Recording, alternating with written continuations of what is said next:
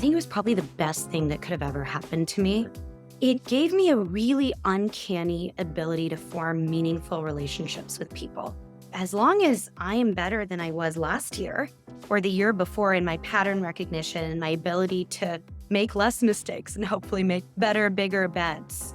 I don't know why you did that. And it was just so embarrassing because I basically stood on my chair, raised both hands and started hitting them. I think that's a trait that isn't as respected in women, to be honest, over time. It's people that make or break companies at the end of the day. Jack isn't one of those type of people. He listened more than he spoke in pretty much every single meeting. He would listen, he would look around the room, ask the other C-suite members for all of their opinions. And during those times, I really think back to Jack and him. There's so much power in the art of listening. This is that entrepreneurial journey for me. Am I ready for this? It's exciting. It's nerve-wracking. It's literally 50 emotions combined together. Welcome to Drinks with a VC, where we explore the humanity behind investments. Grab your favorite drink and join us as we laugh, learn, and liquor up with some of our favorite venture capitalists. Whether you're a startup founder, fellow VC, LP, or just curious about the investor ecosystem, you've found the right podcast. Please like and subscribe. Welcome to a very special episode of Drinks with a VC. Thanks for joining us via whichever platform you are using to view or listen in. I'm Vic Laquara, the co-founder and general partner of seed fund Green Cow Venture Capital. And as always, I'm joined by my friend and co-hostess with mostest, Bree Hansen, who leads biz dev for Ravix. Hi, Bree. Hello, everybody. Hello, audience. Hello, Vic. Yes, hello. And today's episode is brought to you by Fidelity for Startups. Fidelity is committed to supporting the university accelerator and incubator community. Companies can automate their equity management operations and financings in a single collaborative hub using the automated cap table and data room to prepare for their next round of financing. No matter where you are on your journey, Fidelity has the expertise to support you. To learn a little bit more about Fidelity can help you, just click the link below in the episode description. Tonight, I'd like to start off this episode a little bit differently and with a toast to not only our 30th episode, but more importantly, Bree, to you and all of the women out there in celebration of Women's History Month. Cheers to you, Bree. Thank you. Cheers. I'd also just want to point out in my digging that the origin of Women's History Month actually dates back to 1978 in Santa Rosa, of all places. Did you know that, Bree? I did not. That's actually pretty cool. Yes, it's a stone's throw away from you in San Francisco and our next guest. So I'm really excited for more reasons than just location. Our next guest is the perfect way to be celebrating Women's History Month. I'm honored to do. Our next guest, despite her youth, has an illustrious career as an investor at some of the most recognizable firms on the planet, from Microsoft's M12, where she led investments into Go1, Workboard, PandaDoc, Element AI, and Bonsai, the latter two acquired, by the way, by ServiceNow and Microsoft, respectively, one of Silicon Valley's most storied funds in Mayfield, and most recently as a partner of SoftBank's Vision Fund, where she led investments into Pixis, Vendor, Observe AI, Commerce IQ, and many others. She has been a major champion for creating better access to capital for female founders. And for that reason, with her involvement in Allraise, in NA3, and in several other women in tech associations, I just can't think of a better way to celebrate Women's Month than the pride of West High School in Temecula, California, Priya Saiprasad. Priya, welcome. Thank you so much for having me, Vic and Bree. Cheers. We are so Cheers. excited to have you. Cheers. No, I'm We're so also- glad you picked champagne, by the way, Yes. because Public all the way. we'd love to hear why you chose champagne as your drink of choice. Great question. Even when I drink water, I always drink sparkling water. Oh, Oh, So bubbles is just very natural. So of course, when I'm drinking wine, it's predominantly champagne more than anything else. So you like carbonation. Great. I love carbonation. And also it pairs with some of my favorite foods. I love fish. I love sushi in general is one of my favorite cuisines. Oysters. And what better pairing than a dry glass of champagne with oysters? You cannot go wrong with that combination. A little birdie told me that you love uni, and the butteriness of Last uni. bite. Uni is Yes, definitely my last bite. yes, absolutely. Do you have a favorite sushi restaurant in San Francisco? Let me start by saying in San Francisco, but then do you have a favorite all-time sushi spot somewhere in the world Ooh, outside of San Francisco? great question. So in San Francisco, I'm torn because I do want to give you the spot, but I'm afraid it's going to get so much more notoriety. It's it's a spot called Koo in Inner Sunset, KOO. Yes. Delicious. You just walk in and you sit at the counter and you ask for the omakase. And Mhm. it's so, so delicious. The chefs there are so great. Chef Mike in particular is amazing. Bree, she's assuming that we have a huge viewership, number one. And number two, I think your secret is safe on this podcast. Just to throw it out there, my favorite sushi restaurant in San Francisco is a place called Fenikusu, and it's actually in the Mission. I love their omakase meal. Not only is it affordable, but the fish is flown in twice a week from Japan. It's very fresh, and the chef does an amazing thing. When did you start your love affair with food? That's a great question. It was definitely in college. It was not pre-college. I grew up in a house with my mom, dad, and sister. And my parents were, they won't be mad at me for saying this, but terrible cooks. Yeah. And I am now a horrible cook. But I developed this love for good food after I left home because I realized everything else tasted more amazing outside. Yeah. We Did won't tell you your mom. Yeah, yeah. Mom, please don't listen in on this. Do you feel like because and your story and your upbringing is very similar to a number of other guests that we've had on that have been really world travelers from a very young age. And you famously have lived in 12 countries before you were 12. And I'm interested in understanding, did you have a very insular kind of family where you weren't really exposed to outside cuisine? Or were you like me, where if your dad made something with cilantro in it, you automatically were like, ew, I don't want this. And you were blinded by your youth on that front? Oh, that's a great question. We did get to try so many different cuisines. And now that I think about it, that was probably my first love affair with food. It was the first 12 years of my life getting to experience so many different cultures and so many different foods. To be honest, I feel like you learn so much about a culture by Yeah. the food there. And Mhm. that was pretty massive to my development. And then we moved to the Bay Area, where, to be honest, after having that rich cultural palette, we moved to the Bay Area and we predominantly did fast food Yeah. growing up. So it was your McDonald's, KFCs whenever we went out. And at home, it was eating my parents' cuisine Yeah. at home. So I really craved good food. And when I went to college, I was in Berkeley, and Berkeley also has such a multicultural ecosystem. Amazing. Yes. It was incredible there. So I ended up just completely honing in my foodiness there. Yeah. Let's stick a little bit with kind of your upbringing. And you were born in Chennai, and I guess interested in knowing, growing up, you didn't stay in Chennai for very long. Obviously, you were all over the place. Do you go back to Chennai often? How does your family? Is there a specific cuisine that they would love and obviously not cook themselves, but that they would crave? And what was that like? And then have you found yourself getting that exposure later on now as an adult and traveling around?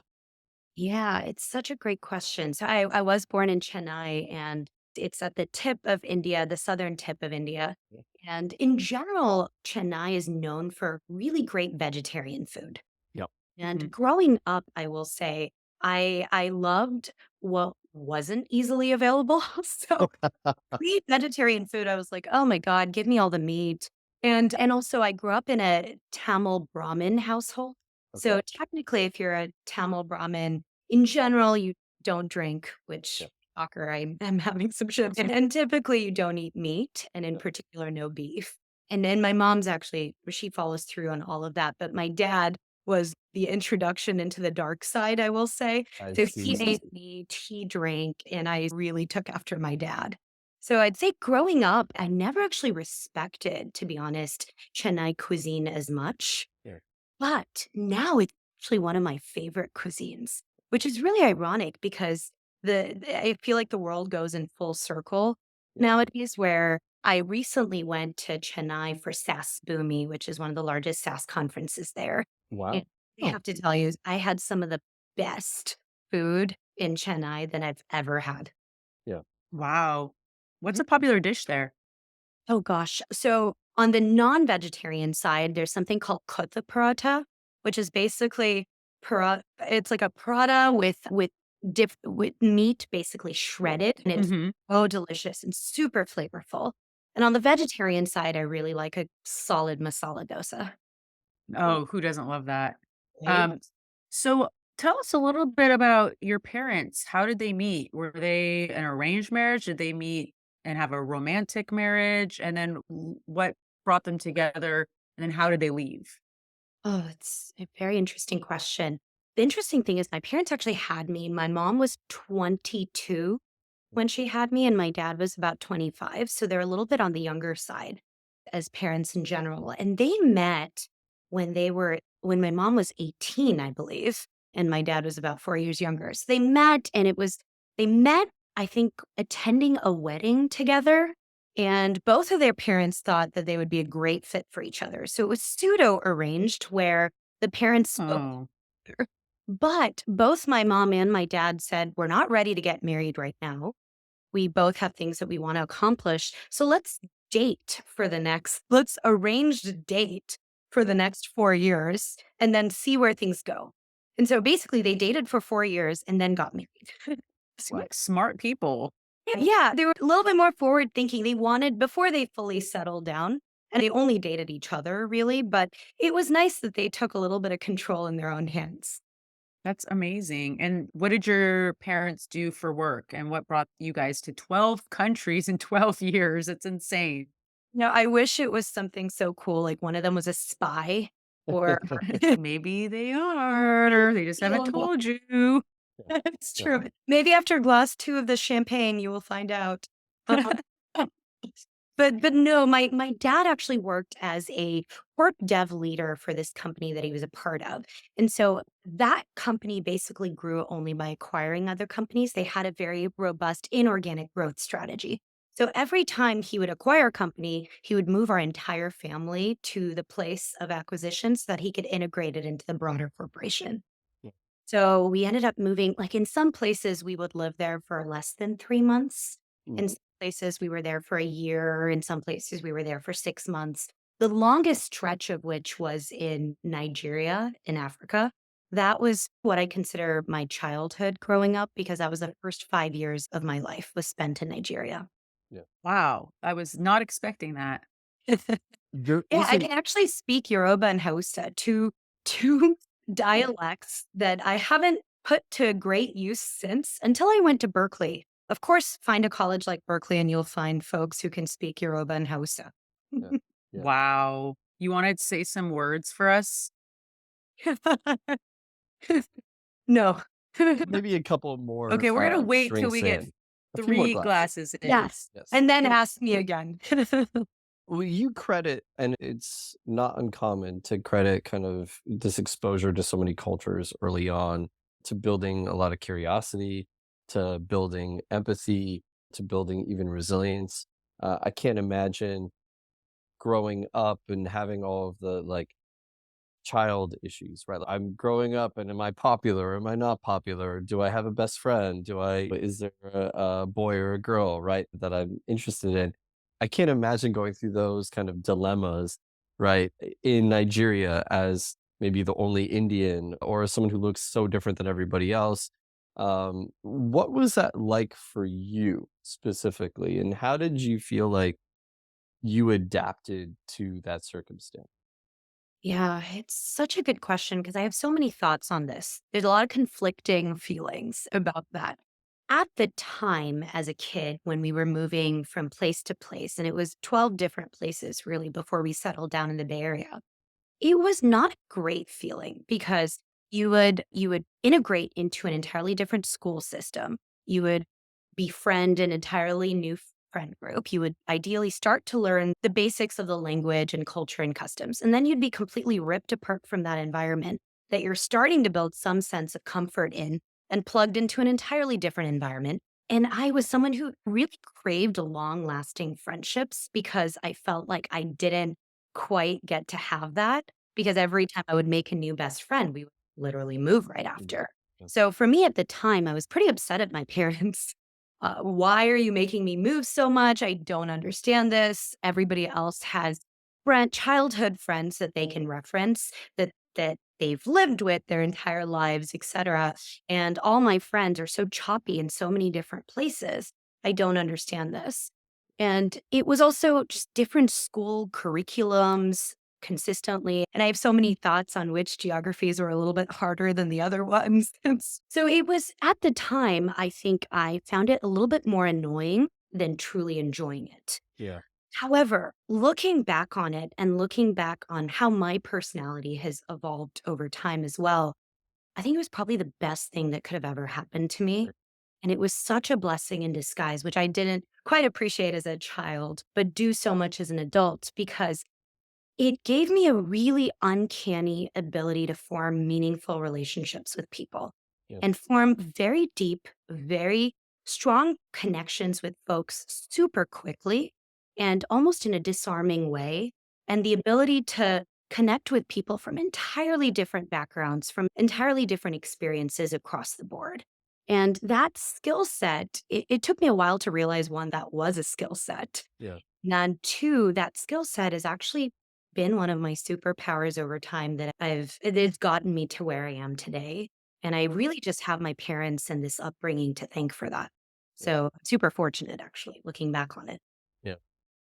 Do you feel like you were robbed at all of that best childhood friend, or do you still keep in touch with someone from those very early days? So my best childhood friends now would be folks I met in high school or middle school in the US, Yeah. but not from before because unfortunately I wasn't very good at being pen pals Sure. with people. And so, although I do have one fun story to say, so my freshman year at Berkeley, I was walking through one of the campus buildings and literally ran into one of my friends from Nigeria Wow. also got into Cal and literally in our neighborhood. And we saw each other and we had followed each other on, at the time, Facebook was very new. Yeah. Yeah. We became Facebook friends and realized that we both went to Berkeley and I actually ran into each other and then have kept in touch since. So that was just one of those life moments where everything comes again full circle and you're like, oh my goodness. Of course, we would meet in the melting pot in the US. Absolutely. It's so funny to think when I try and relate back to my nieces and nephews, some of which are old enough and have gone through college, others are just getting into college. Always tell them when I was a sophomore in college, we finally had cell phones. And people are like, wait, what? And it's just keeping in contact and in touch with people is just, you had to be so much more proactive and engaged on that front in order to create those relationships. And it's funny because I think you're still on the cusp. You're pretty young, but you're still on the cusp here of being a part of this generation that understands the analog world, but then has gone through this digital transformation, and you're good on both sides. Do you ever find yourself pining because your superpower is empathy and connecting with people? Do you ever find yourself pining for the older days of where relationships were really formed over time and through real persistence and connection? Or are you cool with where it's at right now? It's such a good question. So I have a sister who's almost 10 years younger than I am, like 9.5 years younger than I No one's am. counting. No one's counting. No one's counting. Exactly. She also lives in the city at the moment. And she is a true Gen Z, I would say. She's on the cusp still of millennial and Gen Z, but I think she's actually a Gen Z. And with her and the way she interacts with her friends, I see that. And it's actually vastly different from how I like interacting with folks in general. I do miss the days of needing, it was a point that you had made earlier, which is the need to make proactive connections and be proactive and thoughtful about your relationships in a way where it makes you take stock of your friendships, know what you need to nurture, how much time you need to put into it, and really build these meaningful relationships through in person interactions with Yeah. each other versus someone commenting on an Instagram post. Or you almost see someone's life on Instagram or somewhere else, and you feel like you know their lives because they're posting all the time. And when you see them in person for maybe 5 minutes or 10 minutes at an event or something, you interact in a way where you know everything about each other's lives because you've seen each other's social media feeds, right?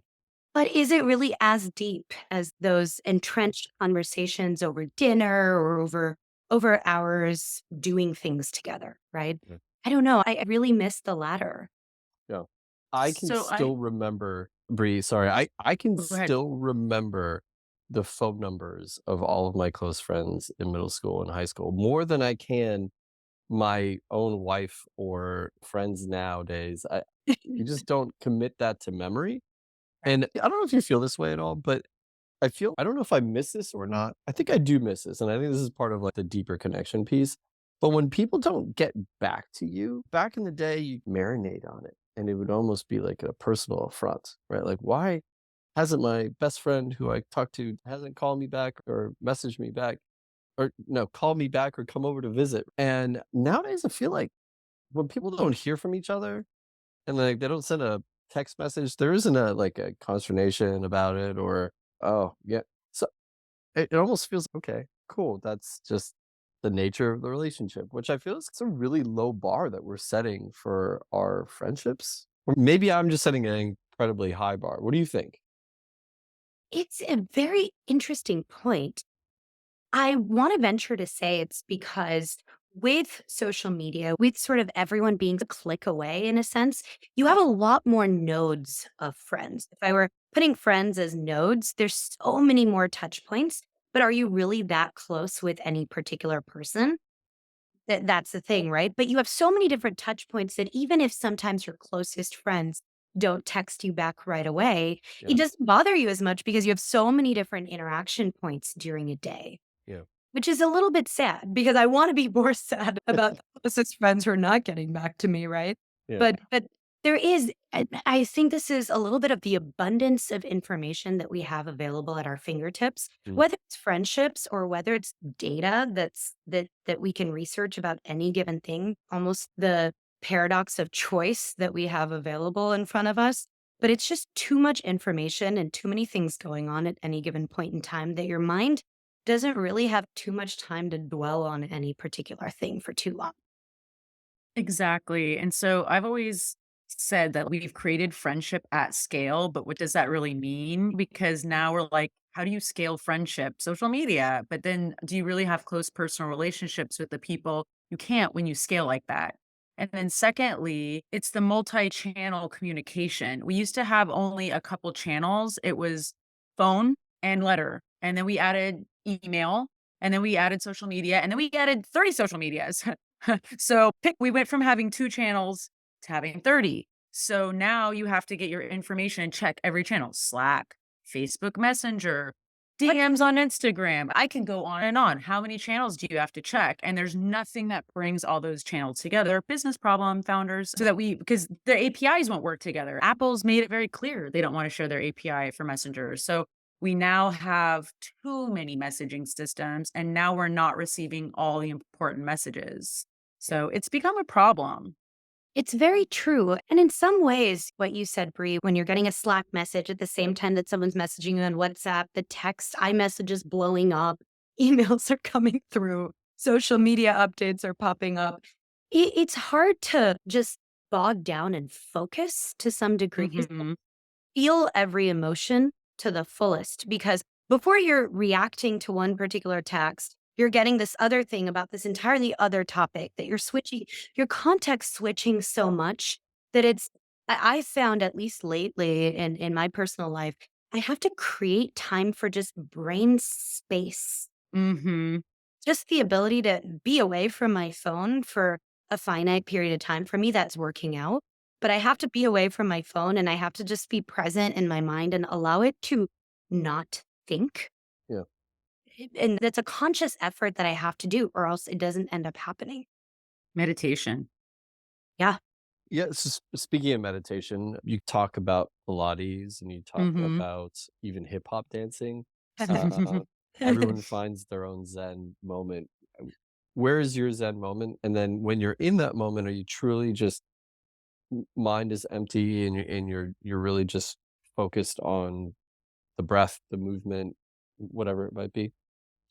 Yeah. It's a good question. So I started my journey with, call it working out, mindfulness, meditation, all of that. Candidly, not as much on the meditation front until later Yeah. in life, but more on the movement and working out front in college, where I became yoga instruction certified instructor. Mhm. Exactly. Awesome. As a little side hobby. And that introduced me to a world of connecting my mind a little bit more with my body. Mm. So for that hour that I'm in a yoga class, and yoga has transcended to Pilates over time, but for that hour that I'm in there, it is the movement in itself is actually quite challenging. It challenges flexibility, it challenges strength, all of that. So you're so focused in lasting through the move at hand that you're forced to remove your mind from Sure. thinking the 10 things that are running around, right?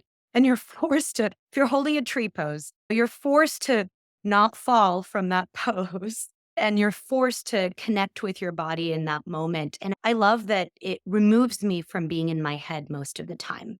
And that eventually transcended into Pilates and reformer Pilates in particular. So I also got my certification to be a reformer Pilates instructor. And I've been an instructor actually on the side as a hobby until I recently injured my ACL.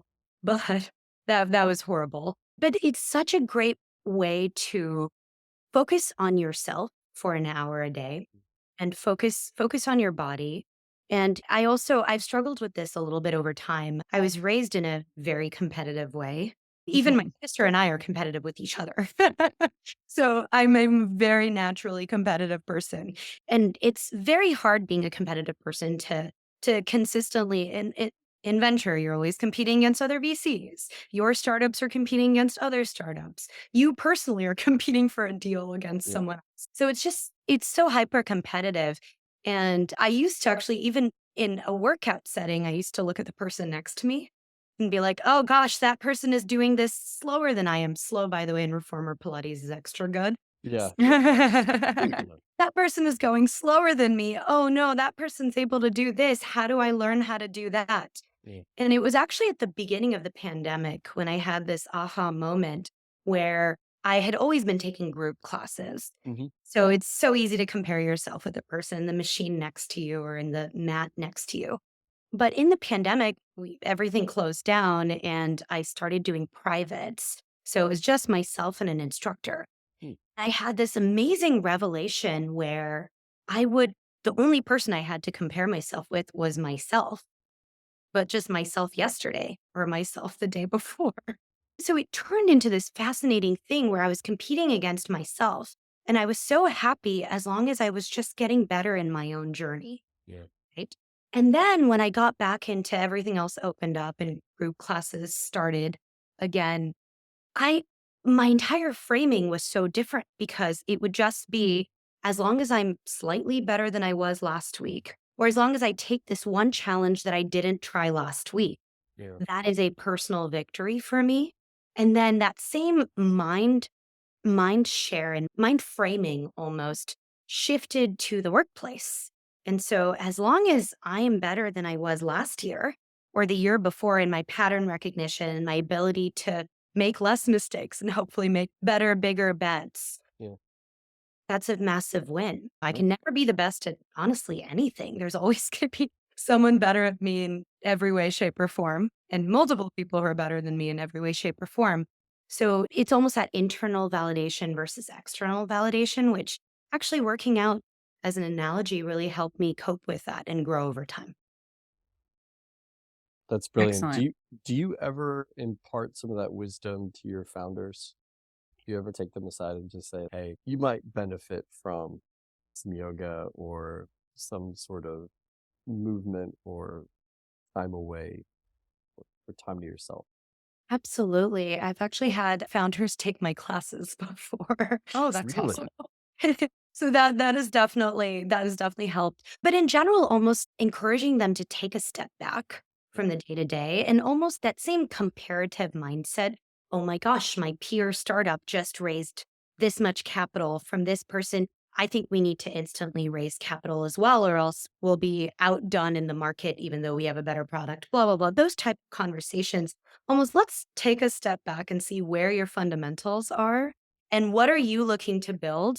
Take this other company out of the equation for a moment and reconnect back with what made you start this company in the first place, right? What was the ultimate end goal? What was the vision that you wanted to seize and accomplish? Fundraising is but a milestone in a, gosh, potentially 10-year plus journey, Yeah. right? So, yes, it's almost advice on both fronts. It's, yes, take a little bit of mindfulness and meditation time to reflect, but also grounding them back the way I had to ground myself back. Sure. You relayed a story to us, which is a little embarrassing, but I think more a Oh no, I forgot what story it was, but now I'm curious. apparently in Berkeley, I can't remember which class it was. You had a participation grade, and you obviously were ultra competitive with yourself and your peers, and you wanted the grade. And eventually, you gave up on just raising your hand, and you stood up on your chair and really waved your hand in order to get the professor's attention. And apparently, he didn't make the mistake of failing to call on you again. Um, when you look back on that story and the person that you were in that classroom at the time, is there a part of you that was just like, ah, couldn't I have just been a little bit less like that and just more in the moment with myself? Or do you credit that kind of drive and that focus and that obsession and being competitive to where you are and how you eventually got to where you are today? It's such an interesting question from that. I will say it is, I will say it's actually more the latter than it is the former. And it is so annoying. I heard this from other students in class. They were like, Priya, you were so embarrassing. What? I don't know why you did that. And it was just so embarrassing because I basically stood on my chair, raised both hands, and started. It was super embarrassing. I think I was super embarrassed while doing it, but I knew I needed that participation credit to get the A. So it was a challenging conundrum. But having said that, I think that particular ability hasn't actually gone out of my system. If I was in that exact same situation today, where let's just replace the professor with an entrepreneur, for instance, and then let's assume we're extending a term sheet, everyone's competing for it, I would do the exact same thing. And I would probably be embarrassed while doing it, but I would do the exact same thing. And I do think that drive, that ability to put yourself out there, be a little bit vulnerable. I know it's super embarrassing. I was very embarrassed after I did it while I was doing it. But that ability to know that you want something and you go for it and you unabashedly don't apologize for it and you go for it. I think that's a trait that isn't as respected in women, to be honest, Mm. over time. And it's a trait that can easily be misconstrued as, oh my gosh, she's being a little bit too aggressive. She's being so over the top here. And I think leaning into that trait has actually helped me a lot over time. It is a hyper competitive world that we live in. It is cutthroat at times. And this trait has allowed me to cope with it, but also while retaining the ability to laugh at my own obnoxiousness. and laugh at myself through it. That part takes away from just being competitive all the time. Yeah. Yeah. Do you so I noticed on your website, you guys talk about personality types. Do you know your Myers-Briggs or your Enneagram and some of those personality types that define who you are in a categorical way? Yeah, I do. Actually, we just took that test as a team touring. We took all of them, all the tests that you just described. We did it in an offsite last September in San Diego. And so it's actually very top of mind. But Myers Briggs in general, I find to be quite accurate. Mhm. But mine is ENTJ. So Mhm. That's what I would have guessed. so it's, I think the code word is the commander. Mhm. Okay. Okay. Wait, Bree, have we discussed this? And I know I've asked this in multiple episodes. Yes, What Vic, you am still I need to again? take the test.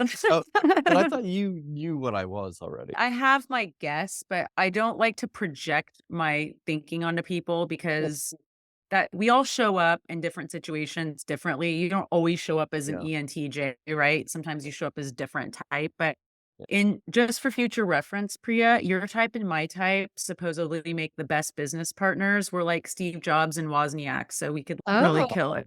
Yeah. Interesting. I'm the ENTP, you're the ENTJ, and those make very good business partners. So, speaking of that, so first of all, I think it's pretty cool. You don't hear too many funds that go on these retreats and then they like all together administer like a Briggs Meyer test and figure out what their personality type is. You clearly put an emphasis on that when it comes to the personality type makeup of your team. I'm interested because we haven't had a lot of kind of later stage investors. And yes, you're not late stage, and I don't want anyone to get this confused. We're gonna toast to touring capital in a minute here, but you invest in early growth companies with $3 million plus in ARR. They've clearly got market product fit. They're on their way from a B to a C or an A to a B.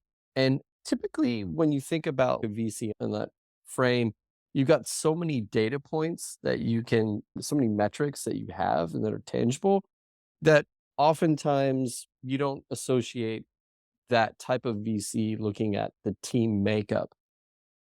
How much of an emphasis does touring capital place on team dynamics? it's such a good question because I've now done venture across a few different platforms, right? And the most important thing across every single platform that I learned a lot from, and my co-founders, I've worked with them for almost a decade now, but it's how important the relationships and people are. It's people that make or break companies Yeah. at the end of the day, and it's people that make or break board dynamics at the end of the day. And and that component is so important. And a lot of times, you're right, at the growth stage or even the early growth stage, anything where you have customer cohorts, numbers, metrics that you can really dive down to, it's pretty easy to get bogged up in a model and be able to model out an entire scenario.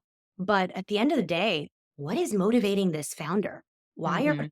building this company to begin with? To be an entrepreneur, you have to be a little bit wild because you're giving up stability and Yeah. you're giving up so much and putting all your eggs in one basket. Really, for us as VCs, we can take multiple bets, right? But as an entrepreneur, this is your company. And so to do that, what is your motivating factor? What is your North Star when things go south, which in every company, even the most successful companies, the trajectory is never like this. It's always like a little zigzag through. And so during the downs, how do you deal with those situations? What do you do? Do you learn? Do you consistently surround yourself with experts that can help you at different moments? Are you a continuous learner? Mm. Or do you think you know it all? There are different attributes towards a founder that are quite critical and we think make or break companies just as much as do you have product market fit or does your go to market strategy scale? So that team dynamic is so important. First point. The second point is even within our own team, there's a reason why we started Touring Capital. Mm. One, it's lovely to start our own franchise and get to determine the strategy, control your own destiny, and really build a long lasting franchise. So I'm super excited about that. But to be honest, the other reason is I really love my co founders. Yeah. And we are friends first, colleagues second, I would say. Even our partners really love each other. And so we enjoy eating together. They're also foodies.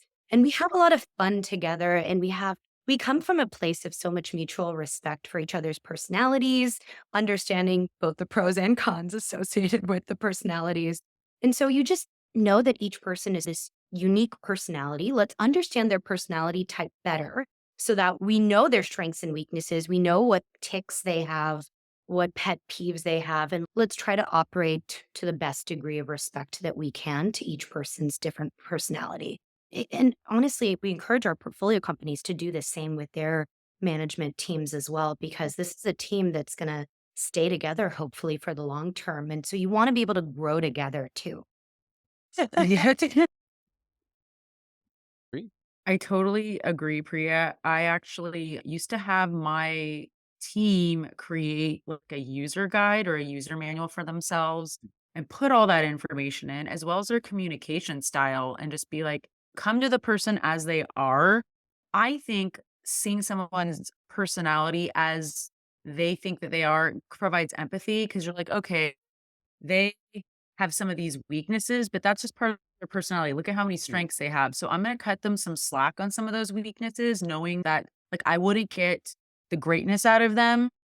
There has to be balance. Like not everyone's going to be great at everything. So for me, it just really helps me have greater empathy for people and have a lot more patience and then figure out how to work with them so that we can have a better working relationship. So I agree 100% with everything you just said. Oh, that's so true. Actually, I'm sorry, folks. I'm going to switch spots one more time. Yeah, no worries. Okay, that's fine. No one would. I'll make sure it's edited so no one even saw that spot. Love Yeah, it. no one even knows it existed. They're getting a pure. We're getting a tour of your house, your living house. You're getting to see every single soul. Ooh, this is a good angle. I Yeah, like this Great. one. probably a better one. Also, with Okay. that angle, I knew that you're going to see all three pets go wild. Oh, that's amazing. We don't mind that. We don't mind. Gandalf Um, loves the kitchen, and so he's definitely going to show up at different points in time. I love it. All right, I'll count down one more time, and then I'll throw in a comment, and please respond to it. Or actually, if you wanted to respond to that previous thing, why don't you go ahead? On that note, I'm always looking for ways to improve as an investor. I know there are a lot of listeners out there that are in the same boat as me. Quite frankly, one of the shortcomings of venture, in my opinion, is that even early growth or late growth stage investors don't place enough emphasis on the founders themselves and their personalities and really take the time to do their diligence on those founders as people. Can you give any tactical advice, like how Touring Capital evaluates teams and how you dive into it? Yeah, absolutely. So it's interesting. What we do is we typically almost create a founder attributes sheet, and it's typically done for the entire co-founding base. So usually it's a team of 2 or 3 co-founders. In rare cases, it's a single founder by themselves. But we usually end up assessing over the course of multiple different conversations with the founders how they lie on integrity is just something that we can't overstate how important that is, right? So that's one of the first things, because when things get south, well, you want to make sure that we're backing founders who have a sort of really strong high bar on integrity. At the same time, you also want to make sure that they're humble, they're ambitious. All these things are somewhat conflicting in some corners. You're humble, but you're so ambitious. You're competitive, but also you are self-aware enough to know all your areas Mm. of weaknesses or areas that you just don't know, the known unknowns, the unknown knowns, right? And the ability to really want to consistently learn and surround yourself by a team of experts in especially the areas that aren't core to your assets. And also the ability to want to actually partner with a VC firm versus there's a certain crop of entrepreneurs, and there's nothing wrong with them, but there's a certain crop of entrepreneurs that would like the money, but don't really care about the relationship with the actual board member or the person involved. And those type of founders, likely will not be a fit for us at touring. We want someone who wants to partner with us. We want to be able to partner with them. And also, we're very easily referenceable in terms of our relationships that we have with founders from talking with our other founders. We like building things together and working core with them. So almost what type of a relationship is the founder looking for from a VC as well is equally important. And then what does this startup really mean to them? Right. And that story is so critical. And that mission, being mission driven, is just so important. And a lot of times in a first meeting or a second meeting, especially if it's on a Zoom call, it's easy to talk the talk. Oh, I'm so mission driven and just fill in all the buzzwords, right? I have super high ethics and integrity and just saying all the right things. But it's more about being able to read in between the lines through multiple sets of meetings that you've had. And also, the three of us who started Touring Capital together, it's myself, Nagraj Kashyap, and Samir Kumar. I jokingly say that when you put us on a Venn diagram, we have very little overlap. The overlap is probably just core values, right? Yeah. Like integrity, love for food. But in terms of the skill sets and what we bring forward, we're actually quite different from one another. So we assess founders in actually different ways as well. So I really lean on Nagraj and Samir's opinion when we're diligencing founders, and they really lean on my opinion when they're diligencing founders. Yeah. I That's I love excellent. that approach. Yeah, that's fantastic, and I really hope people are listening to this side. VCs in our shoes are listening to this because I think it's so important to get right. It's not only finding the right founders that are focused on the journey, not the outcome, but it's about aligning yourself with folks that you want to be in this long-term relationship and doing so in a really, and we get back to this again, like a proactive way of really trying to uncover and see all the good and the bad of the founders that are in front of you. So it's so important. Before Touring Capital and before SoftBank Vision Fund and before Mayfield and before M12, you found your way from graduating at Cal into Square. And I have a funny Jack Dorsey story. It just so happens that I also live in St. Louis now. We relocated from the Bay Area to St. Louis, where, Square, the origins of Square really are between McKelvey and Dorsey. They met when I think Dorsey was 15 and he was an intern for Mira at Jim McKelvey's company. And fast forward when this is pre-Twitter IPO, I had a friend, Brian Picorni, who happened to be a shabu shabu restaurant that I was at for my friend's birthday. And I see Brian out of the corner of my eye. And who is he sitting next to and having dinner with but Jack Dorsey? And me in my infinite wisdom, and I was clearly a little bit inebriated and celebrating my friend's birthday. I went up to Brian and I said, "Hey, Brian, how are you?" And he was very sweet to me. And at the time, I think he was working with Ron Conway still. And in any case, I ended up having a couple of shots of sake with Jack and Brian. And that was it. That was really my exposure to Jack. Meanwhile, you have had much more exposure to Jack and have gotten to, I think, work with him and really come to look up to him, along with a number of your other Square colleagues. I'd like to just talk a little bit about that journey into sort of what bits and pieces, like the building blocks that you formed while you were at Square, and just talk a little bit about the effect of the change that they've had in in the way that you perceive the world and the way that you go about investing. I will say, out of all the roles I've held over time in my career, Square is probably the most impactful Yeah. for who I am today. And some of the learnings that I had at Square still define me to date. And so it's been actually one of the most memorable parts of my career. And jokingly, if I had never gotten into venture, if I'd never met Nagraj at M12, I would have actually stayed at Square today. And so that could have been an alternate career path. So I will say a couple of things. Lesson number one, I had started off my career in investment banking and leverage finance.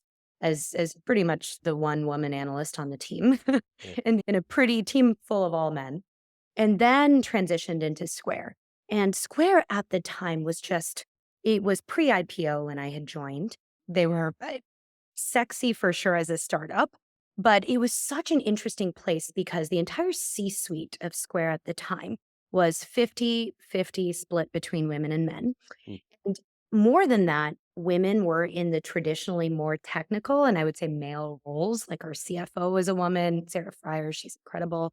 And Alyssa Henry, the CTO, woman as well. And we had, it was just such a fascinating thing to see. And across the board, I think the way that Jack designed the company in general, it was so progressive. So I say progressive, even though that is how the world should be. It shouldn't be progressive to have a 50 ratio, right? But more than that, it was people from so many different backgrounds. And it was also truly a meritocracy. The concept of butts in seat, for instance, that you hear at a lot of these large companies where you have to do a certain number of years in your seat to get promoted to the next level and you pay your dues, right? That concept didn't exist under Jack's style of leadership. The concept was whatever output you deliver gets you your promotion. It was very simple. It was actually meritocracy in its truest form. So sometimes you had these 24-year-old GMs of business units running around, which is horrifying, but also pretty incredible because it was so inspiring to see that it's completely radically performance driven Mm. and everyone's backgrounds are completely respected.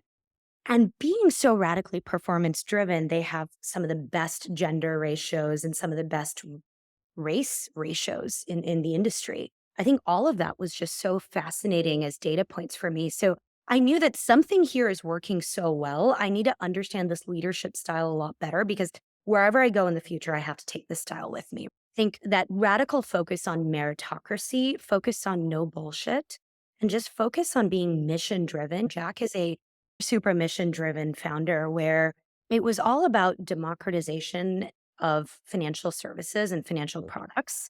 And it was all about empowering the local coffee shop owner or the local flower stand person. And it was about giving them the same access to financial products and financial equity as a large corporation.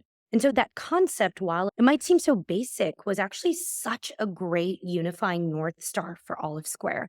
And it was actually all throughout the walls of Square. We had the mission written down, and it was consistently reinforced that the people who were there really focused on that mission, wanted financial inclusivity and equity at scale, right? So there was that. And it was just such a bar of high achieving individuals in every single role Mm. across the board that it's just fascinating as a case study what he's been able to build and how he's been able to cultivate talent. And one of my favorite stories actually is myself and another St. Louis native. His name is Anton Hannebrink.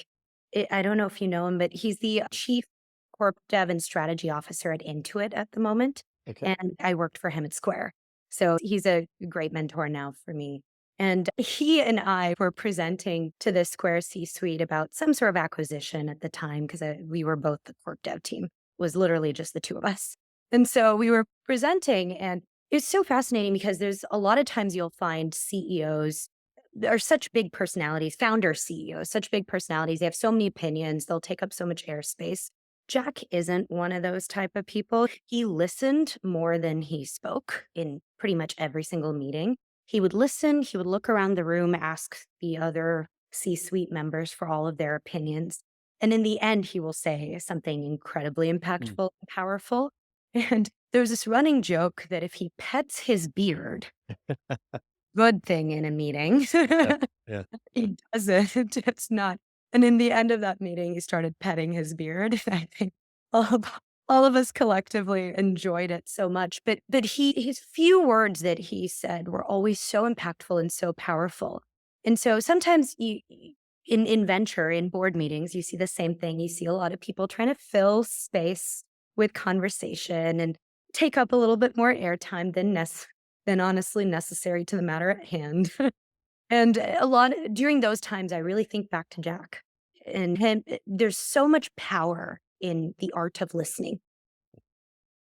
I So I love that story, by the way. I that don't is a think great story. so. I never people talk about Jack with such reverence if they've worked with him, and they've never told a story like that or led in color like that. And so I think that was it's fantastic because I think you want Jack to personify certain things, and then the media and detractors will talk about his beard overgrown. But I think to talk about his beard as something that is a part of his personality versus a look or whatever he's going for, and then to talk more deeply about him, the person, is something that it's a rare glimpse that I don't think I've had before. So thank you for that.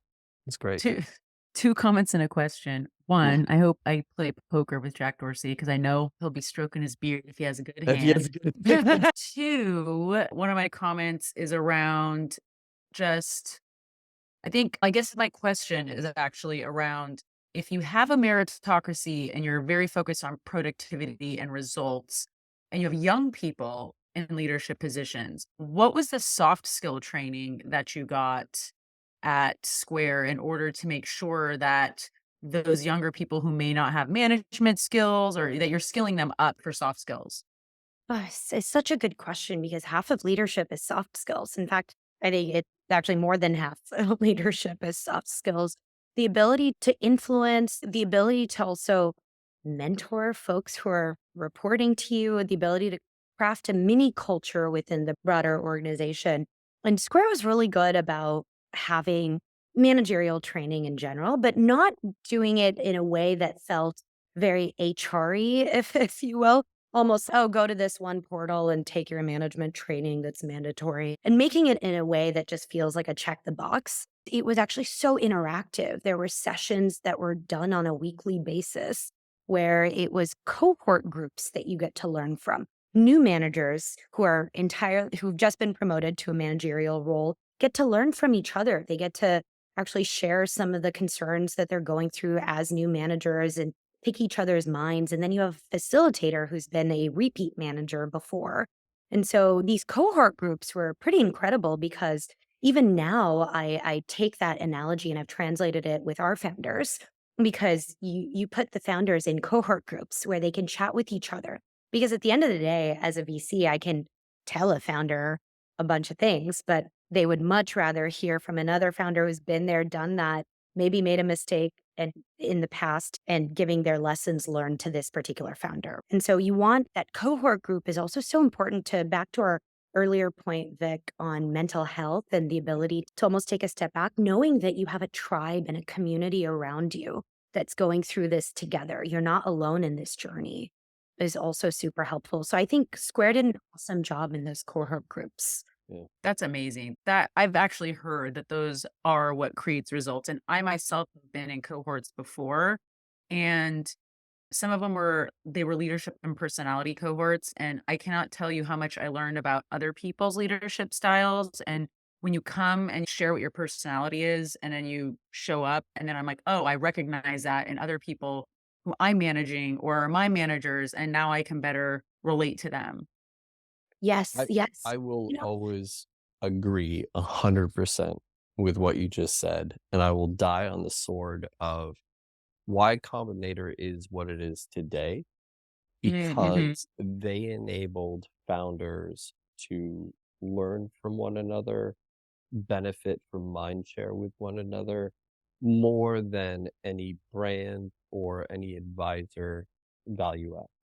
And to me, that is such an intrinsic part of growth as a leader, right? As leaders, we are on islands, and it's very hard to be in a place where you can be vulnerable, where you don't have the answers to everything. And the only people that really understand what you're going through are other leaders, are other Mm-hmm. founders. And if you can't be in a situation where you can be around other founders, then what outlet do you have? And even the most savvy venture partners that that don't consider themselves VCs, but they're founders at the heart, they would still defer to founders that are in it themselves, that are building companies. And so such an important point that you make.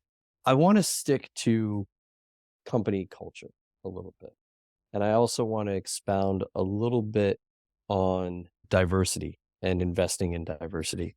You obviously believe women should have better access to capital. You see this problem, you've seen it, and you've also seen the benefits of when you have a more diverse team, right?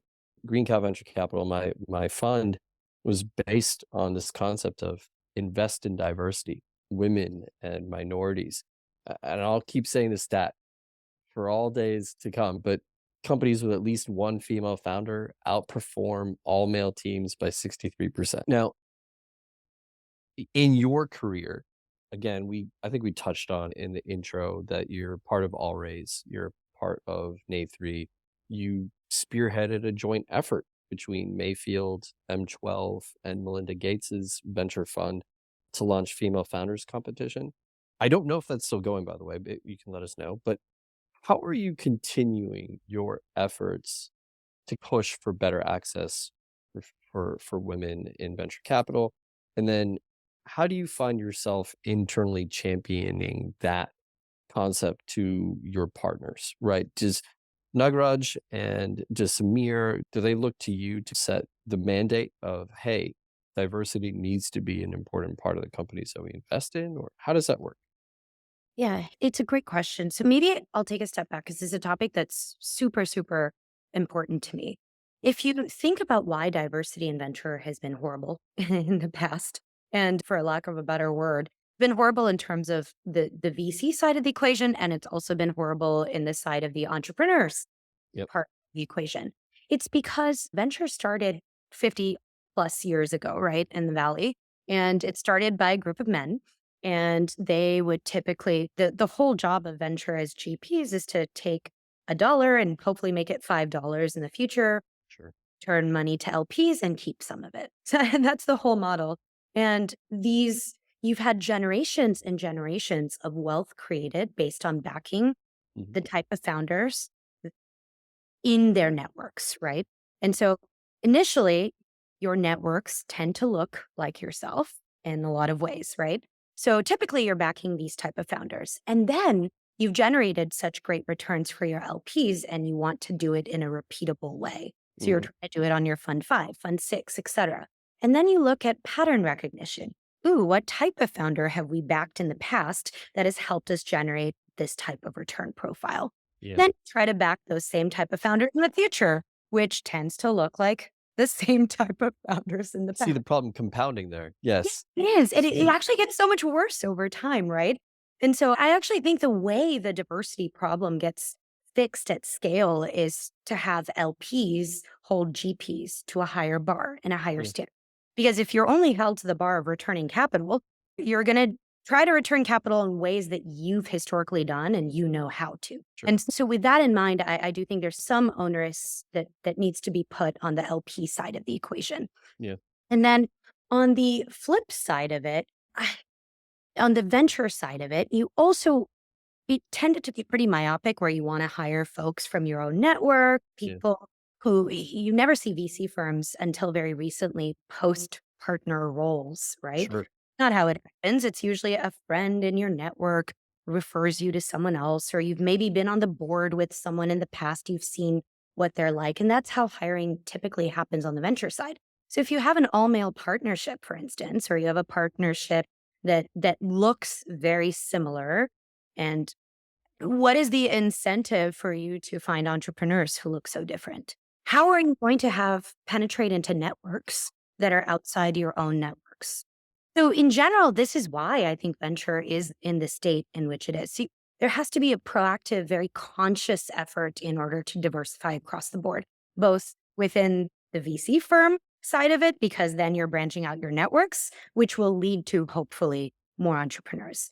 And the reason why we launched the female founders competition in the past is because it actually started when I was at M12 Mhm. and a lot and we were exclusively enterprise focused investors. And the framework kept coming whenever we discussed with founders and other VCs that there aren't that many women founders building companies in the enterprise sector as there are in the consumer sector. That's why there isn't a lot of women founders who are getting funded in enterprise sector.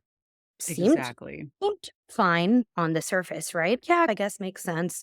But we decided to actually put that to the test. Is that the case? We're Yeah, calling out all female founders who are building companies who are solving active problems for the enterprise, right? sure. That was the impetus for us launching the Female Founders Competition. It was exclusively focused on enterprise. And guess how many applications we received? I did not know there were that many female founders out there, let alone female founders selling to the enterprise. Yeah, yeah. Take a Yeah. while, Oh, It's 100. right? 1,000 plus applications is what we received. Yeah. And it was fascinating. Where were these companies before, right? Exactly. but They actually, look at now that this. I think of a lot of the founders that are female founders that are raising right now, they're all enterprise Yeah. companies. None of them are consumers. So I guess that just tracks with what I'm seeing in the market.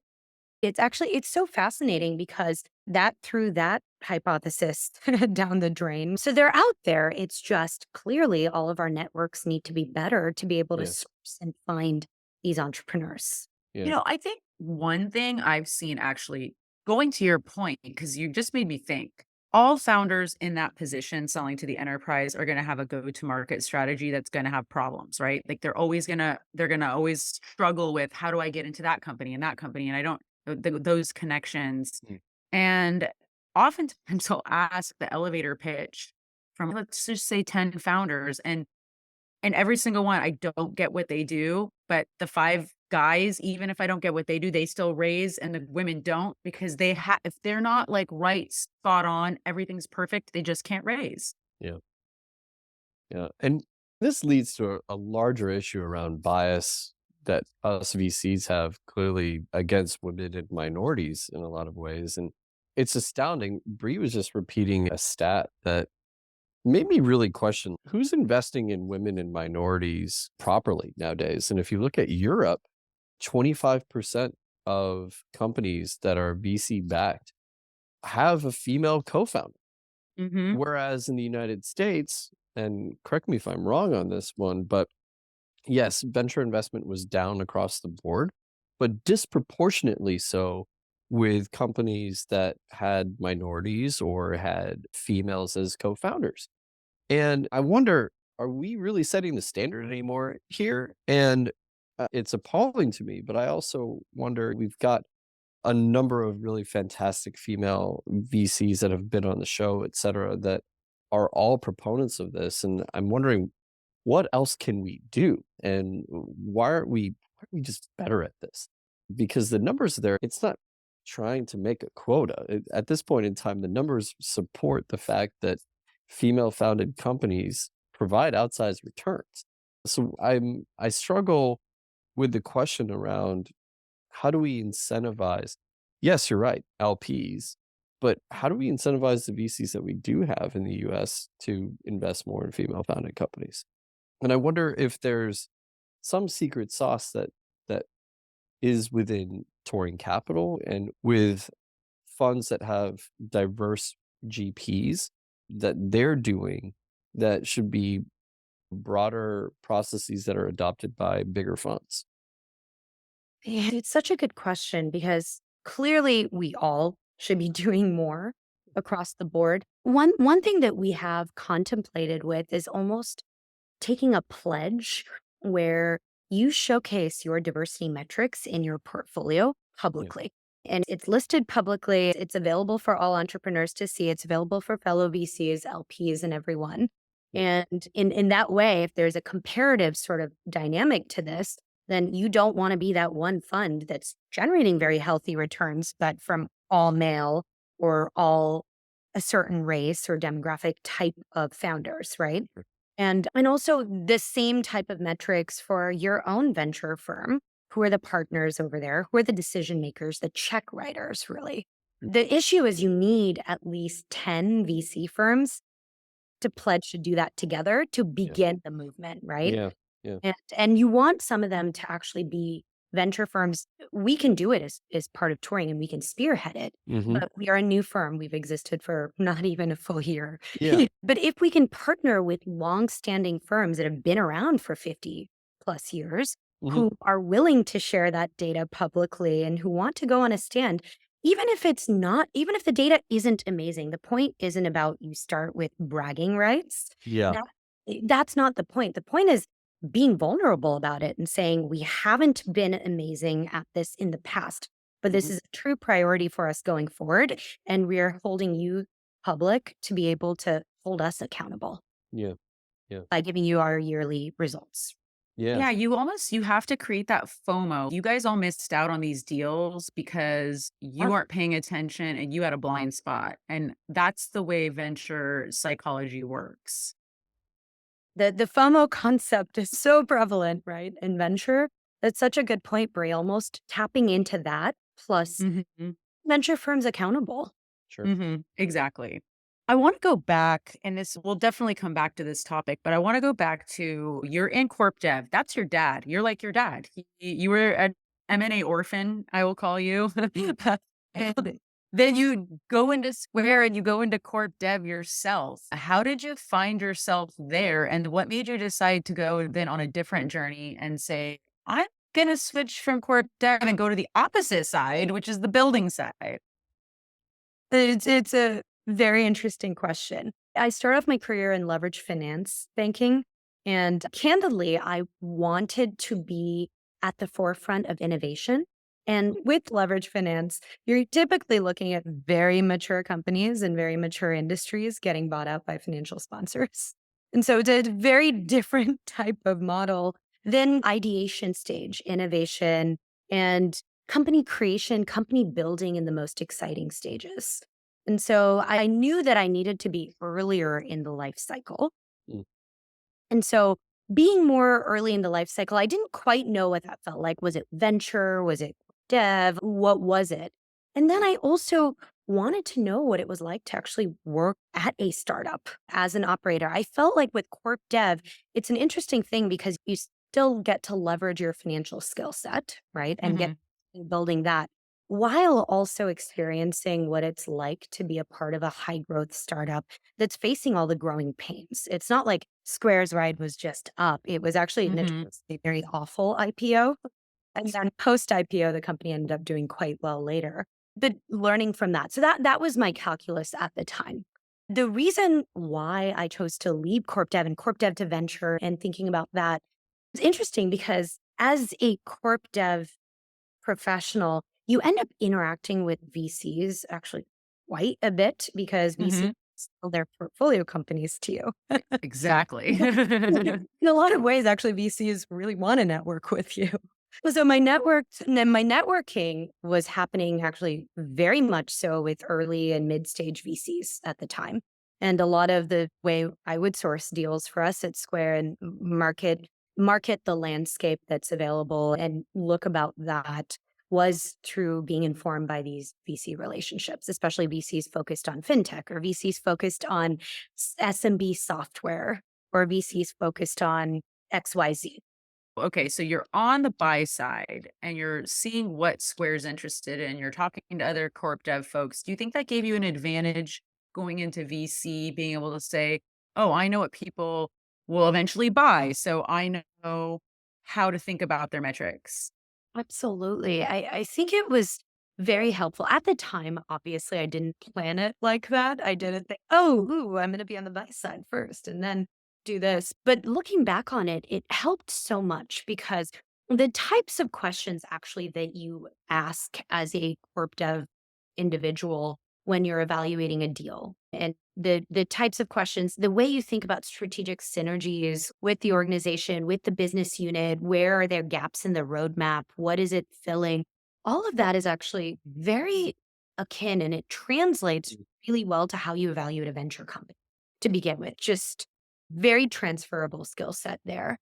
But the added layer is, in every sector, and Square was just such a unique company to do corp dev at because while you could think of them as a fintech company, a lot of the acquisitions that I did were on the SMB SaaS side, as Mhm. well as AI and machine learning side. So it was some of them were business related acquisitions, some of them were technology acquisitions, some of them were talent driven acquisitions. But it's fascinating because you understand what different business units care about the most and what they're willing to pay for and what the propensity to buy Mm, look like and how Mhm. the decision making framework works, which helps so much because when you're underwriting an investment to an exit profile and you're underwriting what an M&A outcome could look like, thinking in that same framework helps so much because it's a lot more accurate, I would say, than just saying, "Oh, I'm entering in at this valuation. I assume it becomes $1 billion company," which sometimes tends to be the very early stage investing mindset. This one has a lot more data points behind it. So I found that helps a lot. But on the flip side of it, I will say, as coming from a corp dev background, it makes you less rosy on the upside.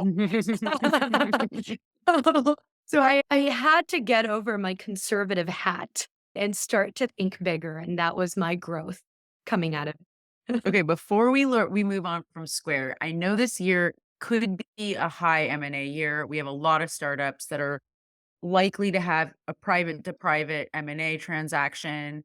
What would be your advice for all those startups that are looking to M&A in 2024? Great question. I would say M&A in 2024, I'm really excited about the M&A prospects, especially because you've got with this wave, we've had the mobile wave, we've had the cloud computing wave, and now I would call this wave the generative AI wave slash AI wave, if you will. sure. But with this wave, there's a lot of things that are different from the past two waves. The adoption curve is pretty accelerated across the board, and incumbents are actually very well positioned. And they weren't very well positioned in the prior two waves, but now they're very well positioned and they're thinking about build by partner in a way that's so much more surgical Mm, than they ever have before. And partnering at this point means deploying balance sheet capital into AI startups in exchange for compute credits. That's a whole separate story.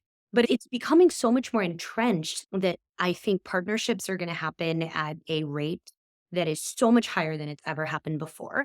And the same thing on the M&A side. And whether it's product tuck-in acquisitions or whether it's business acquisitions, if it's AI native companies, I think it'll be more product tuck-in acquisitions because I just don't think the scale would be quite there yet. But I think it's going to happen with the incumbents being so much more acquisitive than ever before. And as a startup, it's going to be very interesting because you're going to be tempted at different juncture points with offers. And they might not be the offer that you wanted to start the company with your end goal in mind to build for. But maybe it's the right time to consider that offer because with getting acquired by this larger incumbent, you can tackle the problem maybe tenfold better. mm, Or maybe it's Mhm. not the right option. So there's going to be a lot more decisions that I think entrepreneurs are going to have to make during, call it the first 3 to 5 years of company building. And there's going to be some tempting offers that come their way. And it's going to be some very interesting board sessions, yeah. especially because different investors that come in at different stages might expect different outcomes. And the entrepreneurs are also motivated by different things. So it'll be very interesting to see what happens. Mhm. I'm really interested in your perspective on this. AI specialists are becoming more and more expensive to the point where if you are a early stage startup with perhaps a very differentiated value proposition, product, service, etc., and you're looking to now scale and you Mm. take money from a touring capital, right? Now you have to lure really great technical talent away from the incumbents, the large companies.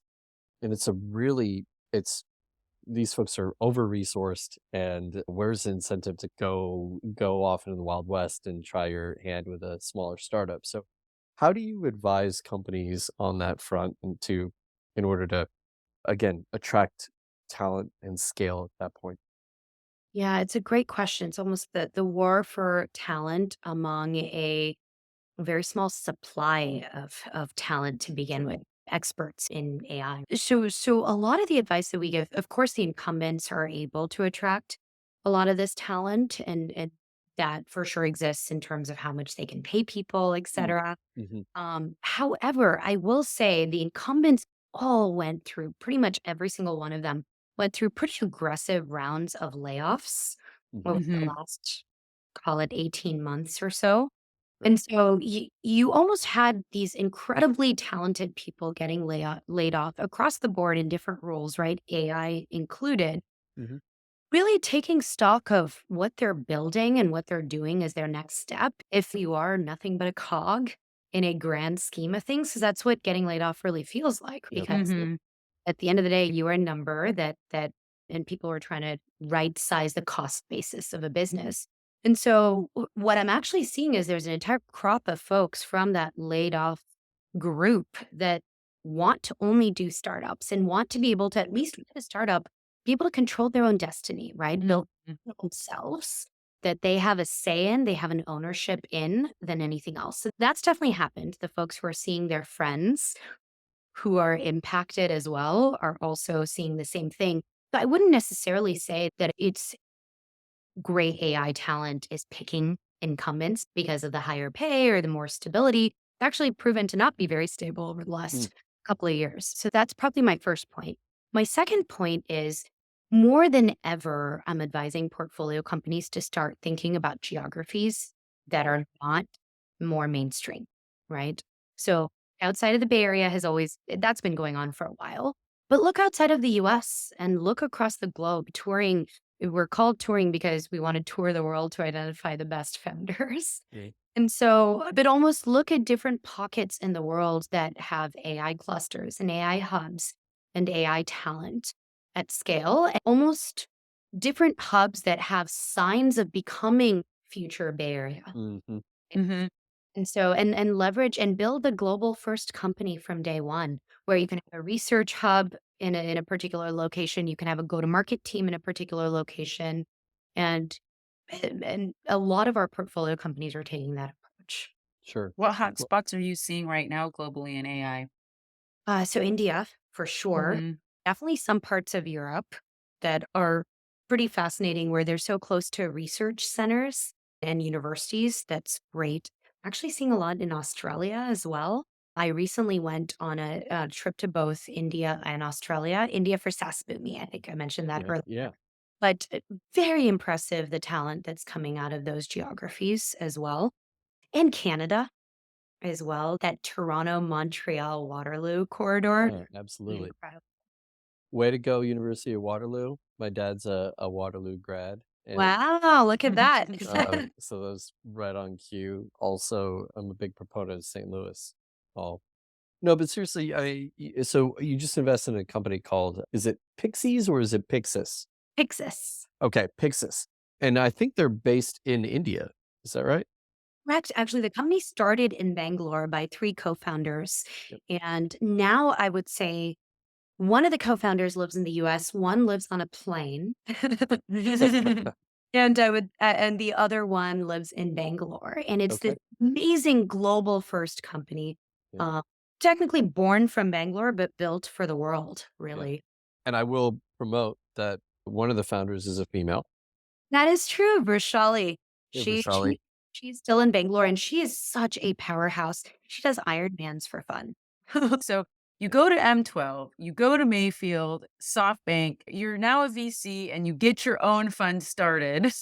Tell us a little No bit biggie. about what your kind of your rise in venture. And we have a gift number one for you. The interesting thing is I've had a non-traditional path, I would say.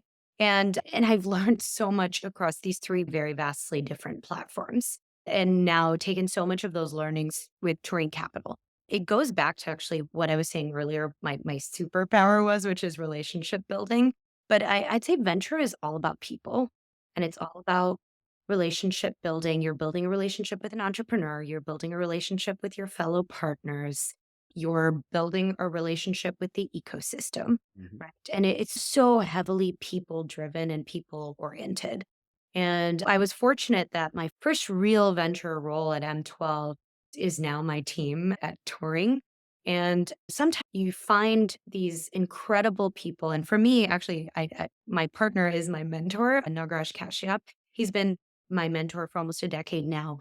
And we had a brief period where we weren't working together and I was at Mayfield. We really missed each other, to be honest.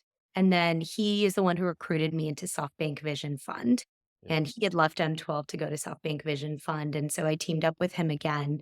And our thought process was when you find these rare people who Yeah. have such an alpha impact on your career, who are able to challenge you in the right way, but also get along with you in hmm a way that helps you perform your best and bring your best version of yourself to work every day. Sure. I find that that's the type of you stick with them. You never want to leave, right? So I'm particular of course I'm excited about touring because this is a culmination of what I've learned over time and it's what I think is a very exciting strategy. But I'm equally excited because it's with a team that I deeply respect and trust. Yeah. I'm literally working with my mentors. And that part is so exciting for me because that's been my biggest learning and venture. It's who you do it with is just as important Yeah. for doing. Absolutely. Mhm. Absolutely. It's that What's Oh, it's sorry. not for every job. My dad always says it doesn't matter what you're selling or what you're doing, Mhm. it matters who you're doing it with. Yeah. So true. I think there's one thing about story. We often find ourselves pontificating about storytelling on this podcast. And correct me if I'm wrong, but it's like one of those ideas that when Nagaraj tells a story about touring capital, I bet it sounds almost identical to the story that you tell in that you're very much in sync with one another on that front. Does it feel like because he's obvious enticed you twice prior to touring and then to jump into this co-GP role and found a fund together along with Samir is really special, but it takes a certain leap of faith. And I think for all of the emerging managers out there that are listening to this, what was the biggest challenge that you felt like you had to overcome in order to get to where you are, to go from a SoftBank Vision fund to then now running your own fund? The fundraising process we know is soul breaking in a lot of ways, but what was the biggest challenge for you? For me, it was I grew up in a household where risk taking wasn't necessarily encouraged. hmm And what was encouraged was work your ass off, work really hard, and have a great job and be successful. But successful was viewed as go to a brand name, reputable company and work there. That was the household that I was raised in. So I actually, even though the irony is that I back all these entrepreneurs and partner with them who dream so big and who risk everything and put it all out on the line to build something for themselves. But I had not done that before touring, right? I had all these big brand names that I was a part of. And so the biggest leap of faith for me was, oh my gosh, I'm gonna put all my savings, for lack of a better word. I'm gonna put all my savings, I'm gonna put all my eggs in this basket. This is that entrepreneurial journey for me. Am I ready for this? Because this is a brand that I have to create from scratch along with Nagraj and Samir. Right. This is completely diving into the deep end in a murky fundraising environment, right? Albeit I think it's a great investment environment Mm. and good vintage time. But still, it was the uncertainty and it was the fact that, oh my goodness, I'm giving up so much stability and certainty for the unknown in some ways. And that emotional journey was quite a bit for me. And I think that was probably the hardest thing where when I was making the decision of, oh gosh, because on the one hand, it was such a no brainer to get to start a firm with your mentor and get to build something so great over time. But on the other end, it was, oh my gosh, I've never really fundraised before. Yeah. Oh my goodness, this is now not an entrepreneur. I don't have these amazing brands behind me. I have to create an amazing brand. Yeah. And so it's a very different experience. And it was nerve wracking at first, but now having been in this for a while, it's also super exciting. It's exciting. It's nerve wracking. It's literally 50 emotions combined together. Yeah. Yeah. It's so interesting, Bree. Her story is so reminiscent of the same story that we heard from Sarah Adler at Wave Capital. Charles Hudson. I think Charles was midway through raising Fund 4 when he was on the podcast. And there's always this question in the back of your mind, and certainly your significant other will also start questioning is, hey, people are working a lot less hard and making a lot more money, and you're decidedly going in a different direction. You're starting your own fund now. Takes a different mindset. I think it speaks to the fact that you are very similar to your founders, right? You're more focused on the journey than you are the outcome potentially. And I think that's something that's really beautiful about that. I will say Mayfield has a habit of bringing people on that have been former corp dev people. And Gee, Garg. yeah, Rishi Garg is similar to you. He came from Twitter, so a different Jack Dorsey company. Rishi was at Square too. And he was at Square. I You're know. right. I'm sorry. Yes, he was at Square. Oh gosh. We need to have Rishi on the show, by the That's way. right. That's right. Gotta get him on. Rishi, come on. If you're hearing this, please come on the show. But no, I think it's just interesting. And Bree's point earlier, this mentality of knowing what the other side of the table is thinking allows you to anticipate and to really coach your startups up to a position where they're going to be putting their best foot forward when it Mhm. comes time for potential acquisition or a partnership, et cetera. And I think that's just so key. And I wish this isn't the case ever, right? But I wish more venture funds had that person that had that experience previously because it's just so important. I was at SK Telecom Ventures, and you could very easily just being a part of a corporate arm of a corporate venture arm, it gives you that insight into how hard it really is to find a landing spot and a champion internally that's going to really push for a technology or a company or a group of employees. So it's really fascinating. It's great to hear you echo those same pieces and qualities. Absolutely. It goes back to that point of the diversity that we were talking about, but almost diversity of thought across the table. Yeah. Because if you have one person from a corp dev background, one person who maybe was an operator who built a company in the past, or one person who did this, you just you're able to evaluate a net new opportunity in just so much more of a thoughtful way Yeah. versus if you have homogenous backgrounds. Yeah. Yeah. Yeah, So totally. touring kicked off January, uh, Yes. and you've already made one investment that you've publicly disclosed. What's on the horizon for touring? Give us a sneak peek as much as you can say. Yes, yes. So we had a launch party in January. Thank you for coming, Bree. It was great seeing you at the launch party. And then we actually publicly launched the fund in September of last year. That's So right. we've been in the market for a little bit. We publicly announced our first deal, which was Pixis, but we've actually done 5 deals since. Fantastic. Wow. They will be announced over the upcoming months, but it's been quite active and an exciting time to invest, especially at the Series B stage. There's a lot of Series A companies that sort of extended their runway within the last 2 years Mhm, mhm. as much as they possibly could, and then now they're coming up for that Series B raise. So I Yeah, actually think it's a very interesting time in the market. We're at a wonderful nexus of this third wave of innovation that mm, we're seeing where we call it AI enabled SaaS, but that yeah, basically just means SaaS that's driven by all the advancements in AI that's not just happened in the last, call it 12 months or 18 months, but the advancements that have been compiling since the last decade, sure. really. Mhm. And on the second side of it, the buyers in an enterprise who purchase software are starting to look very different. By 2025, apparently almost 80% of the workforce is going to be millennials and Gen Z.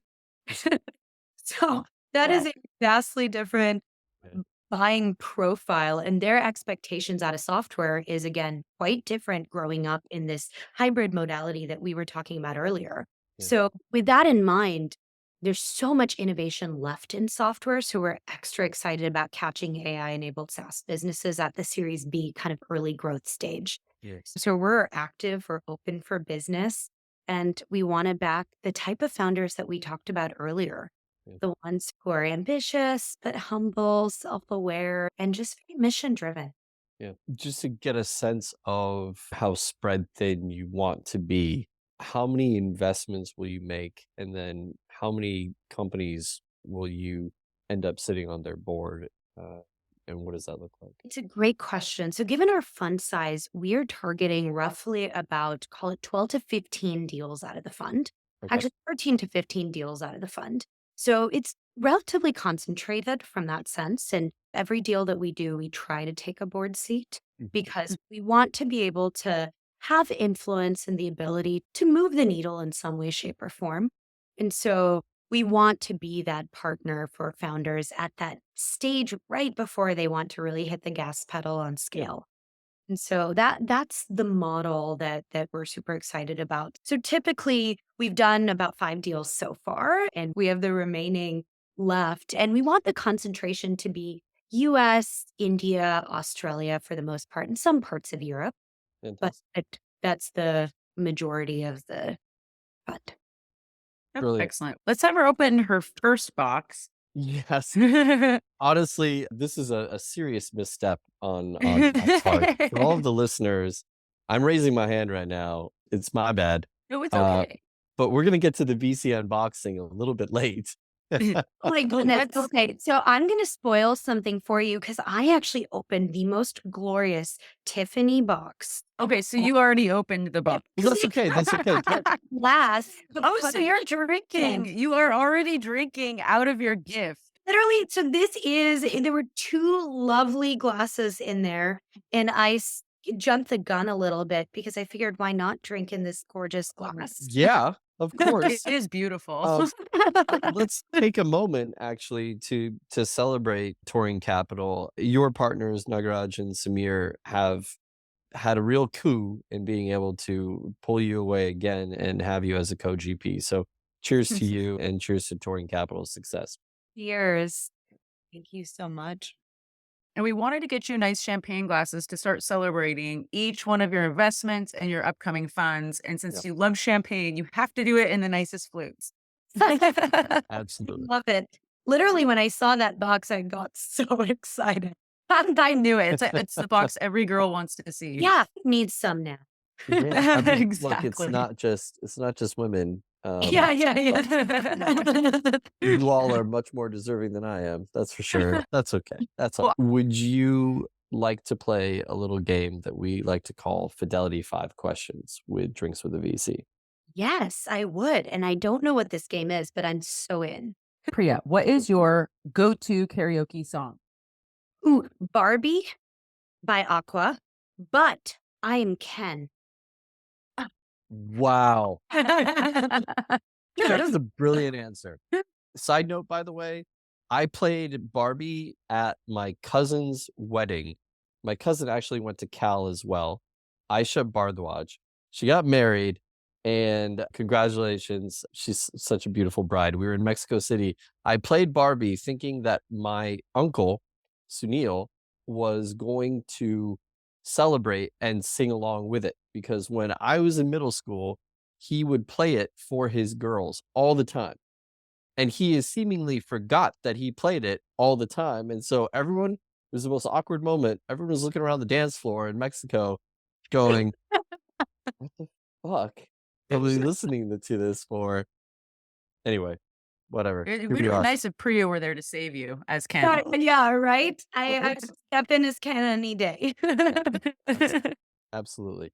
All right. Number 2, Fidelity 5 question number 2.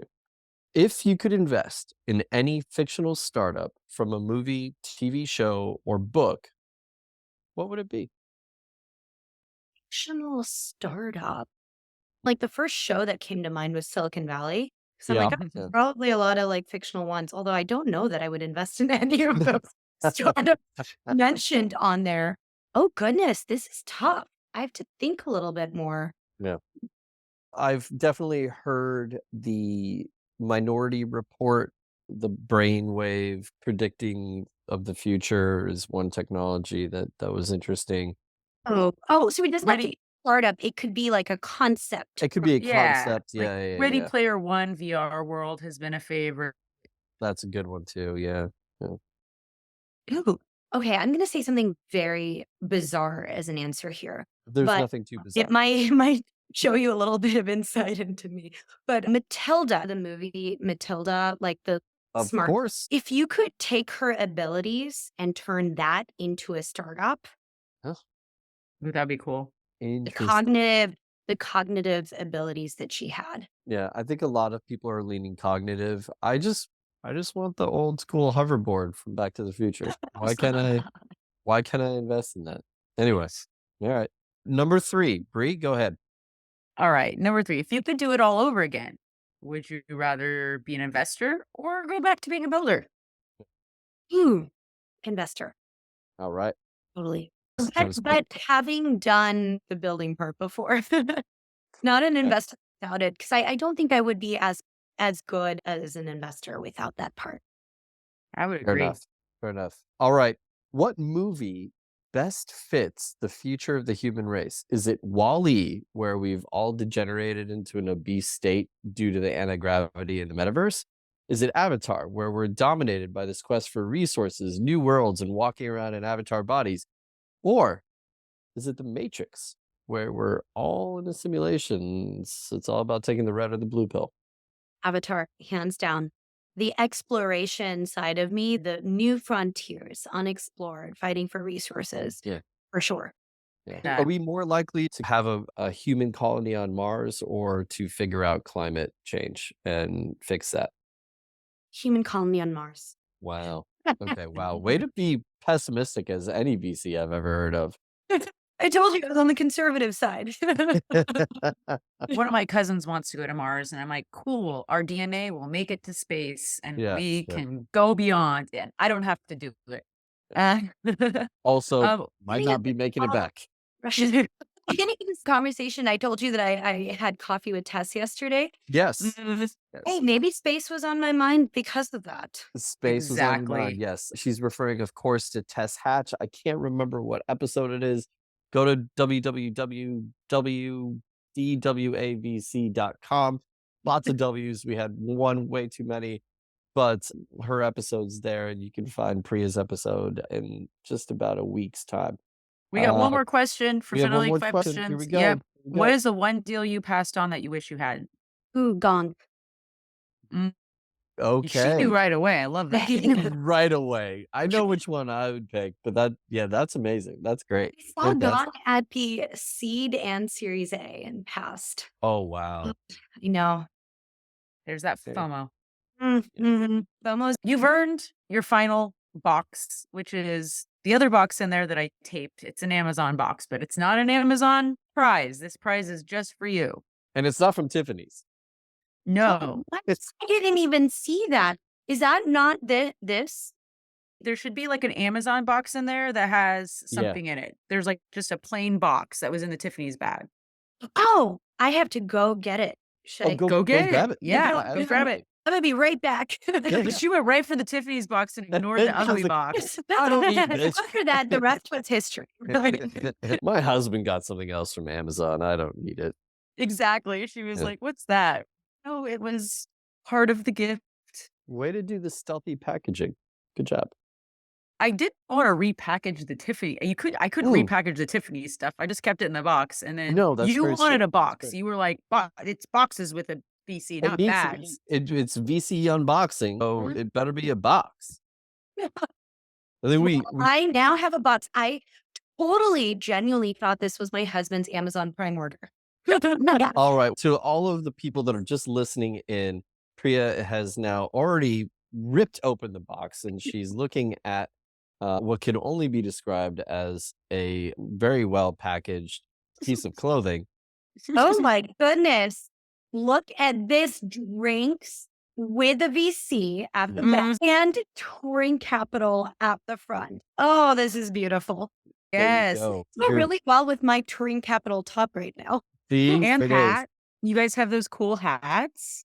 That was a hit for sure. At the I launch love of that the hat. movie. We like hats over at Green Cow Venture Capital too. We have a little bit of hat game as well. But, Yes. We will send you a touring capital hat. How oh, about- do please. I will wear it nonstop. out here. Yes. Yeah, absolutely. And just as long as you promise that either you or one of your GPs tours it out here to the Midwest, we'll roll out the red carpet, make sure that you see all the great companies out here. Oh, I love it. As long as we can have some toasted raviolis. Absolutely, absolutely. I don't know. Again, I don't know the man. I only had a couple of glasses of sake with him, but you do. If you feel like toasted raviolis is a good ode to him, then fantastic. We will have them. Listen, you were successful, clearly, at playing 5 questions with us over here at Drinks with a VC. And we are so thankful for your being on the show today and for helping us to really celebrate what is really a wonderful month. It's Women's History Month, and we couldn't be happier to have you on.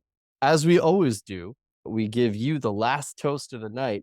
And this is your moment to talk about just about anything you want, whether it's a portfolio company, a cause that you're really excited about, to say hi to your mom and dad who are awful cooks but have created such an amazing human being, or if it's just to say a quick what up to Gandalf and the rest of your furry brood, let us know. And my toast is thank you both so much for what I have to say is one of the most special talks or podcast slash video. We don't know what it is. Yeah, yeah. It's been so special because it's been fun, it's been insightful. It's also just a very unique experience that isn't yet another question about AI or enterprise software or venture in a traditional sense. It's getting to know the person behind. And I loved every moment of it. So thank you so much for this special experience. You are Yes, so you welcome. lived the spirit of it. Thank you. Cheers to you, Cheers. Priya. Thanks for cozying up and listening to another episode of Drinks with a VC. We are so grateful for our listener support. Feel free to reach out and add any of your questions to the comment section. If you have an idea for a guest or have some feedback, reach out to us on LinkedIn. If you liked that last episode, be sure to check out our others featuring VCs from Lightspeed, Bessemer, Hannah Gray, BTV, and Norwest. As always, don't forget to like and subscribe.